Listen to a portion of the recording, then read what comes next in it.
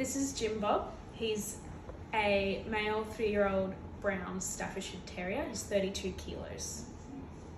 When approaching Jim Bob, I'll make sure I'll enter calmly and slowly because he may be frightened as he's injured and may be painful, so he might react to me coming in. I'll approach him with the slick lead to put that on him, nice and calmly, and then securing that tight so I've got hold of him. I've taken Jim Bob off the owner now, and they were applying just hand pressure, so I'll take over from that and then I'll grab my swabs and hold pressure there, and I'm applying the vet wrap and ensuring it's on there nice and firm so it stops bleeding and forms clots.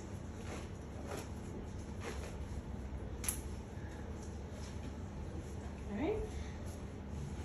And I've noticed that the bandage is starting to get soaked with blood, so it's striking through. I'm going to apply another layer of bandage. If I move the initial bandage, it can dislodge spots and make it continue to bleed. So I'll put another bandage over the top and wrap that even firm as well.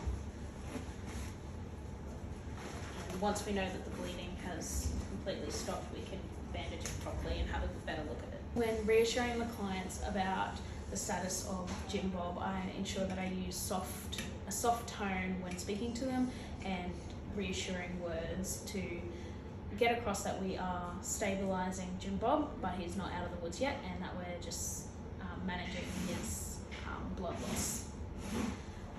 It's important to record and check vitals as soon as they get in, so we have a baseline of vitals to work from, and if those vitals change, we can go back to this and have a look and see how drastic the changes are, and just to see where they're at, whether they're in shock, or to go from there. When going to catch Jim Bob, I'll make sure there's no hazards and make sure there's no doors open or dogs running around the clinic. Just check around. Yep, all good.